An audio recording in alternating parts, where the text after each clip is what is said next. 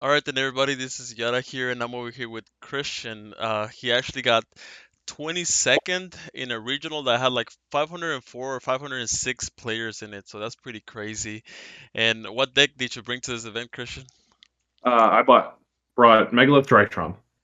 Megalith Drytron. So I remember telling you that Benton coming to two. I thought it was crazy because like Konami seems to hate Drytrons, and it's crazy that they actually like gave them some support. Were you excited when you saw the Benton coming to two?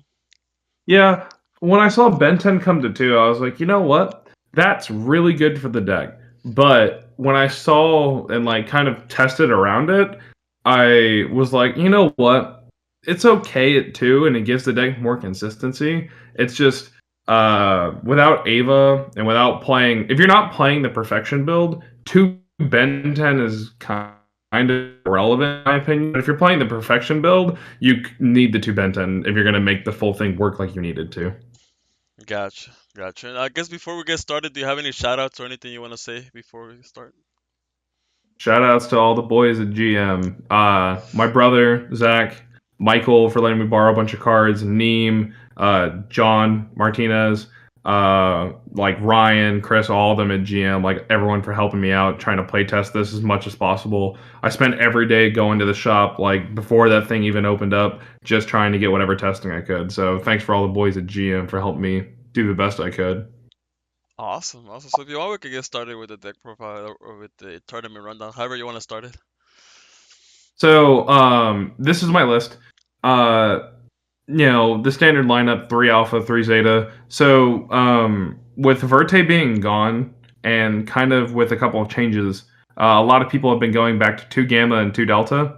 I personally liked having the 3 gamma and 3 delta when like before the ban list, but having prosperities and such in the list, uh, I saw it as no point in playing all 3 names just because yes, there are more names, but the prosperity helps anyways. I played 2 diviner. I did not like playing 3 just because um, I could give more room to other things, like either more names, and diviner was not a key point of the deck in my opinion anymore because you had 2 Benten, and also when you're not playing like a diviner in a name with Verte became Scythe and DPE with under 5 summons and only a name and diviner. But with Verte gone, I didn't see a point in playing 3 anymore. And since I was playing Baron and I was playing 2 Benten, all I needed was realistically 2. One for the Arclight and then one for the Entis if I didn't use Baron effect. So I didn't necessarily see it. Ruler, Vanity's Ruler, I feel like is coming back pretty well. Um, the list that actually won the regional was playing Magic Key Drytron, and what they would do is they would end on a ruler, the Magic Key ritual, and Magic Key unlocking. So if they try to droplet or imperm your ruler, you can just negate it and then turn off their turn again. Um, Ben 10 to 2, like I mentioned a little earlier, I didn't really like playing in this list. And a lot of the games that I was playing, I have my tourney report on the left. I actually would decide to side out one of the Ben 10 copies just because I didn't like seeing it, or it just didn't help the game plan altogether. And it could have been any other card, and it would have done me a lot better. Natasha is great, all the normal. Some people are playing 2 full, 1 Ophiel, 1 Bathor for the Megalith engine. I saw one of the Drytron lists that was playing 2 Ophiel, 1 full, and then the Bathor, because with the normal Alpha Zeta combo, you can make Baron as summon 6, but if your opponent doesn't know what's going on, which a lot of my opponents didn't know, I never got Nibiru once at this event, so it was really good that when I made Diviner and I summoned my Ophiel, my level 4 Megalith, no one knew what was going on. I went Resolution. They said nothing, and I made a Baron. And my combos were pretty insulated from there. It's just the standard lineup. I didn't play Foolish among the spells because I'd rather see a name or play another card that's actually worth it. Worth it is in like if I'm gonna play a spell, it needs to either be a power spell or something that gets me to another name because this deck runs off of the names, and if you don't have the names, then you lose. I played the 3 prosperities just because it was a little easier. I always went for 6 with prosperity but sometimes that was kind of detrimental to the strategy. For the going second cards, you can see at the bottom, it's Dark Ruler, Droll, and Twin Twisters. The reason why we were playing Twin Twisters in the main instead of the side was because this deck hard loses to Flunder, and it's really meant to stop all the meta decks. And Flunder kind of doesn't care about our end board. You know, the end board for this deck is IP, Baron, Full, and then Dweller. They don't care about Dweller. Baron, one negate kind of sucks if they can chain block all the names. IP is kind of okay, and Full doesn't really matter if they can just keep looping. Like, they can just keep normal summoning other things to make big ones. So that was kind of a problem. And Twin Twisters was meant to hit the branded in reds early, so they have to force it, hit the Dreaming Towns before anything else, or it can also hit some back rows and Sword Soul, but generally the Twin Twisters got sided out in those matchups. For the side deck, we're playing the 3 Golem, the 3 Lance, Imperm, Evenlies, and D-Barriers. The Golems came up almost every single round that wasn't Sky Striker, and they were probably the MVP of the side deck. I took D barriers out, or I would have taken D barriers out to switch them for Twin Twisters to make the deck 40, just because that was a little easier. The Imperms were really good. The Lancers were really good. The Evenlies were okay. I never blew someone out with Evenly, only because, as you can see on my tourney report, I won every single dice roll at the regional, which is absolutely insane. But I managed to win all of them, so I never needed to see evenly. And if I did, I just had to twin twister it. I just twin twisted it away and didn't care about it. For this extra deck, part of it's in order, and then part of it goes through uh, just general mechanic. We're playing 2 Fafnir, the Arclight, the Baron, the Entis. We're playing Dweller and Baguska. Baguska was a hard thing that I wanted to put into the extra deck because I didn't want to take up a side deck slot for it. But Baguska was meant for the birds because, you know, unless they have like Book of Moon, Dark Ruler, Imperm, which they might play 9 copies of, they're gonna have to have it, and if they don't, their entire list is gonna get turned off by this Baguska, and I'm okay with that. The Zeus package, Anima came up a lot, especially with Golem. So against my Sword Soul opponents, my Despia opponents, and Salad, there were so many times where people would end on 2 monsters, and even against my round 2 Drytron opponent, my opponent made a 4 material Appaloosa and a Herald of Perfection with 3 fairies in hand. And he even told me himself, he went, I have a feeling I know what you cited. And I went, yeah, I bet you could. So I just golemed over his Appaloosa and his Herald of Perfection, and he was like, I had a feeling you would have one of those. And so I felt really bad. But Golem and Anima are really good because, if you have Nova, you can like just summon the name out, suck up the Golem with the Anima, and then just do full combo anyways. And that was something that was always really good. It never was bad. It was always good. And the Dark. A lot of people aren't playing DPE anymore, but because of Despia, Dark came up a lot. In my round 8 opponent, we were playing Despia, and Natasha stole his Guardian Chimera.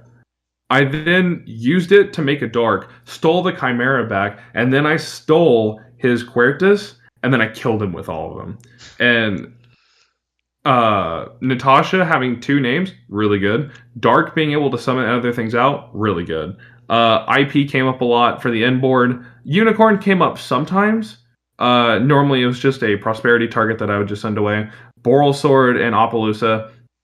Either one could have been a prosperity target, just depending on the matchup, and if this was game 2, if I was going first or second. But generally, that's the list. Prosperity, we always went for 6, and most of the time, it just depended on what matchup I was playing. If I was playing against Despia, I would have gotten rid of like IP, Unicorn, Boral Sword, Baguska, and like a couple other things in there, just depending on what my opponent was playing to try and make something. Sword Soul, half the things were different, so I just tried to do whatever I could. But a lot of these cards came in really clutch. I never needed to side in D barrier, so that's probably something that I would have wanted to change. Yeah, so I have a couple of questions for you. So looking at the list here, so Natasha, I remember a lot of people like debating before Benton came back to two, like oh whether they should cut it or not from the main deck. But would you say now that Benton is at two, like Natasha is more of like a mandatory thing? I think Natasha is something that is very highly encouraged just because of the graveyard effect. The time effect, like the effect to gain life, is pretty good. Do I ever think it's going to win you the game? No. But the graveyard effect to steal stuff is absolutely ridiculous. People don't remember like it, and they can't really play around it unless they're going to kill you. And if they don't kill you, you're just going to steal half their stuff anyways, and you're just going to kill them with it. I think Idaten, if you're playing this, like the Megalith build, is kind of irrelevant now. But if you're gonna play two Benten, play the Natasha. The Natasha is so good, and you can even still summon it if you've Meteonis to one of your names. It still works really well, and there's no reason not to play it. So I think it's not necessary, but 90% of the time I'm gonna want it in my list because I would rather have the ability to steal something than try and make it something else. Like I wouldn't want my Natasha to be like an Iditen or something because Iditen doesn't do enough compared to Natasha. Gotcha, gotcha. And then like the next list that the next question that I have for you is so like, you mentioned the magic stuff and like you even have it right here on the screen. So would you say the version that you're playing is the optimal version of Drytron right now, or like leaning more towards the magic key and ending on that counter trap card? So do I think there's an optimal build for Drytron right now? I don't think so. There are three different builds you can go with, and considering the Magic Key build just won the regional in Fort Worth, Hmm. yesterday, that being May 21st. Yeah. It's really good because from what I heard, the Magic Key board ends on Mu Beta with one material, the Magic Key Ritual, Bow Blaster, I think is what his name is, that one. And then it ends on Unlocking. Unlocking is really good. I have the tourney report kind of covering up the effect. But it says when your opponent activates a spell or trap card, which is 9 times out of 10 either going to be droplet or imperm, you can just negate that, like do whatever, get rid of it, and then you can call one attribute for the entire time for the rest of the turn. Your opponent's attribute, like everything your monster controls for the rest of the turn, or your opponent does, becomes that attribute. Is that effect relevant? I don't really know, but it's really, really good because if you're going to end on Ruler, you need something to insulate that. And there was a time where I summoned Ruler during the regional, and it got lightning stormed or it got dropleted, and that really sucked. Like Ruler was never the game plan going first, or like on the first turn. Ruler was always the game plan in turn three, but having Magic Key, I would probably scrap most of the Megalith stuff just to play the Magic Key stuff. Because if I'm going to end on Ruler with a hard negate for the Imperm of the Droplet, I'm okay with that. Like, those cards are really good, and I would rather have a Floodgate that says you can't do anything than just have a Baron and stuff that can just get easily destroyed. I think the Magic Key build will definitely pick up in popularity because from what I saw, there was a lot of Drytron that topped 60 forward, and I feel like a lot of people didn't remember how to play against it and didn't remember what a lot of the things did. So I think Drytron might be a little bit of a threat coming back, and I don't think that's because of 2 Ben 10. I think that's just because of how people are manipulating the build and how unfair this deck can be sometimes. Yeah, yeah, especially if you don't kill a Drytron player, like they have so much recursion in the graveyard. Like if they have all their names in the graveyard, they can just keep special summoning and everything. And In, in Natasha's round insane.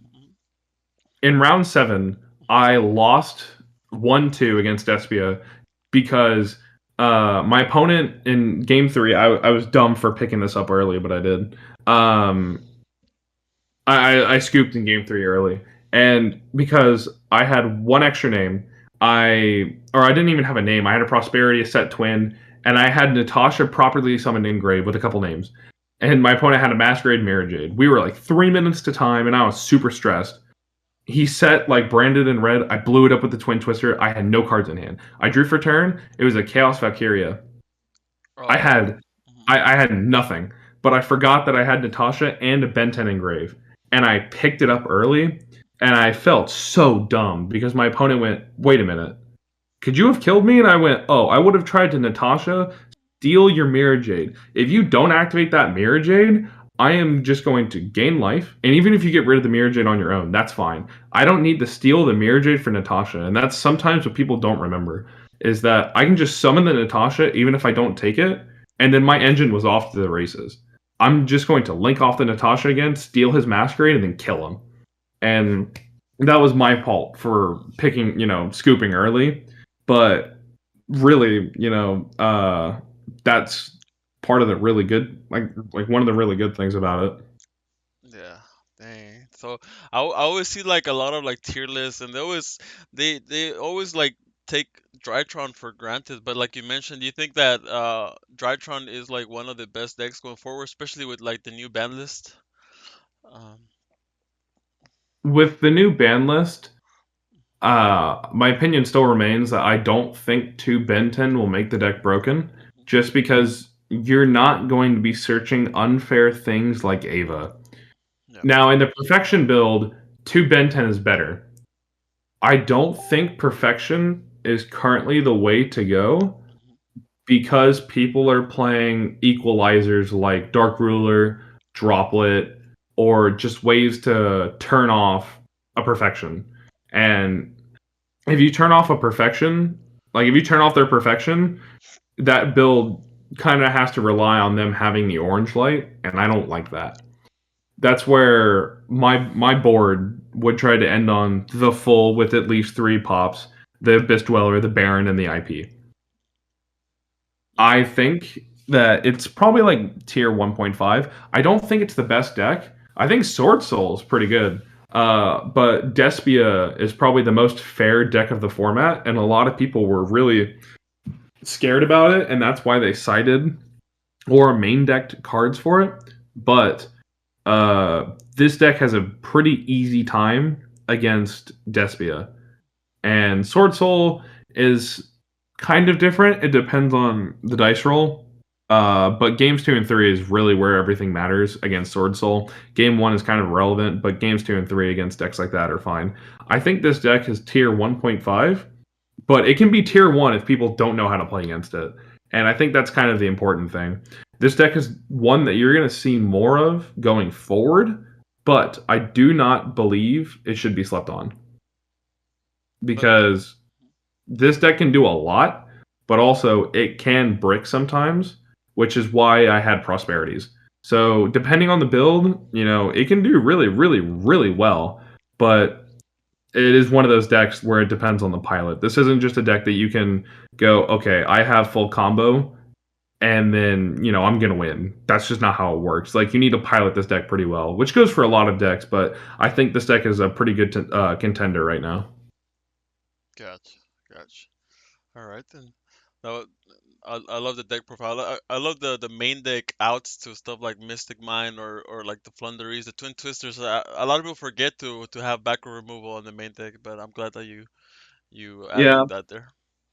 yeah, and that's probably something that because when I was at locals, Taylor, a friend of mine, asked me, yeah, so like me and Pedro were thinking about playing twins in the main, and I went, why? And he's like, well, we're worried about the Flunder stuff, and then that deck, because he was talking about Sun Avalon Therian, which I played against at locals, and you know what? Twin Twister sounds okay. And if Twin Twisters never comes up, that's fine. It's just an easier side. Like it's just an easier card to side out. And thank God I didn't have to play against any Flunder players because Flunder is probably the hardest matchup. Not because I don't know what to do against it, but just because it entirely depends on what I draw. Exactly. So, um, yeah, I think this deck's going to be pretty decent going forward. It just depends on the meta, how it shapes up. And I played against Sun Avalon Therian. I didn't play against ABC Therian at the regional, but I did play against Sun Avalon Therian at locals. And that deck sets up some pretty formidable boards. And this deck can play through it pretty well, especially against ABC. Like I play tested against it online a couple times, and it didn't seem to really do a lot that this deck couldn't handle. So I really like that a lot because against like if you're playing Despia against one of those decks, you're gonna struggle real bad because they set up so many things that you need to get rid of. Yeah, like the thing I like about Drytron is that like even if you get scythe locked, you can still I'm gonna fight with my ritual monsters, you know? Like you still have a fighting chance on like a lot of decks that just rely solely on their extra deck. Yeah. Hmm. Uh I cut Scythe from my list because Scythe loses to the exact same things that most of this deck loses to anyways. And I didn't want to set up most of my list for Scythe. I would rather set up most of my list for other things that cover a wide range like a wider range of things. Like if we look at Despia, locking them out of the extra deck is pretty good, but they can still kind of make something happen. But I found making Dweller against that deck really hurts because you turn off their Albion, you turn off their tragedies, you turn off half the things in their graveyard, which they can recur back, which really is the point that matters of the deck. Like you turn off their Edgem chains to so they can't get their patchworks, stuff like that. And even against Sword Soul too, you turn off their Tenyis. You turn off. You don't necessarily turn off their actual Sword Soul cards, but turning off their Tenyis is a pretty good part of the deck. To where if they don't have the right things, they're not really going to end on a lot. And playing the mirror is fine with Dweller. They're not going to be able to play under Dweller. Yeah, but Guska's insane against the other decks like Despia or Sword Soul. Um, Yeah, mhm, I never summoned Baguska once, and he mostly got prosperityed out. But that was just because that card was hard meant for Flunder. And my brother was telling me, he's like, dude, I think you need to like Baguska needs to be the game plan. And I was like, I can get where you're coming from. It's just I'd rather have Dweller because I don't want to play against Despia and have them resolve a bunch of stuff in grave and then blow my Baguska out in the next turn or do whatever they have because it loses to the same thing. But at least with Dweller, it might do something next turn, and Baguska turns off my Baron, it turns off my full, where Dweller doesn't. you're right. You're right. You're right about that. So awesome, Christian. Do you have any closing statements before we close out the deck profile? Awesome. I think Yu-Gi-Oh is going in more of a interactive state or like an interactive direction. Decks like Flunder kind of have a little less interactivity with the opponent and things like the M pen, the barrier statue, and the Heartbeast Featherstorm kind of being the biggest thing. And Sword Soul is really good. Despia is really good. I think this deck, if you have the cards and you're not opposed to learning different combos and piloting a deck with different lines, I think this is a good deck to use if you want to do well at different events. I think this deck is not super well cited for, but this deck also loses to the same side cards that Despia loses to. Those being like DD Crow and sometimes Droll. Droll hurts this deck a lot, but um, sometimes people aren't playing it and they don't remember. Also, let me get rid of that. Another card that I thought about playing was this. If you're gonna play this deck, this card is nuts. This is basically prohibition for the opponent for a turn, but it's prohibition for you for the entire duel. And a lot of people are playing this card on the side right now. And a friend of mine, his name is George Booth. If you might have seen on the channel before, I don't remember, but he played this card and he would activate Salesman and he'd call a single hand trap that he wasn't playing, so he didn't lose to it. And it's really good. And I think this is a good side card for a lot of different decks right now. Especially if you're playing Despia, you can call DD Crow, you can call Crossout, you can call whatever if you're not playing it. So I think this is a good card to play coming up in the format, and I think it's kind of a sleeper side card. You can just call Joel, right, if you're playing Drytron. So that the card that hurts you the most. Um, Yeah, mhm. just like salesman, call whatever. And Yeah, if your opponent has it, they're turned off from it, and all you're gonna need with this deck is one turn. That's all you're gonna need. exactly. But all right, then, Christian, thank you so much for showcasing your deck profile. Then, congrats on getting 22nd in your invite. Yeah, thank you, man. All right. Take care. All right, thank you.